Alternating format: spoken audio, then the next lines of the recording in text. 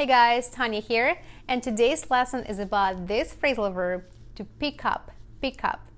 So you're probably already familiar with this phrasal verb, but the meaning that I'm going to teach you today could be new for you. As you know, phrasal verbs have multiple meanings, and that's why they're so damn confusing. But if you don't know phrasal verbs, you don't speak English. So stay tuned, watch the lesson, and if you're excited to learn something new today, give this video a like. Thank you. So you probably know the most common meaning of this phrasal verb. So I have a pen, I dropped it, and I picked it up, right? So to pick up here means to lift something, right? That's the basics. But today I'm going to give you a different meaning, also very common. Listen to my example sentences first. The truck picked up speed slowly.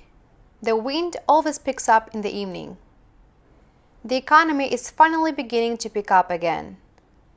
It wasn't really a good month for our business, but things are picking up now.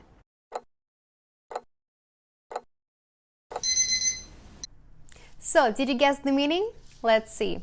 To pick up in this context means to increase or improve. So you might think, why can't I just say increase or improve instead of pick up? Well, you can. If you say the truck increased speed slowly instead of the truck picked up speed slowly, you're gonna sound just fine, no difference really. But keep in mind that in everyday spoken English, a native speaker is more likely to choose a phrasal verb rather than its one-word equivalent, right? So just that's how they speak. So that's why if you want to sound more natural when you speak English, and if you want to understand native speakers better, then try to use a lot of phrasal verbs and make sure you know how to use them too.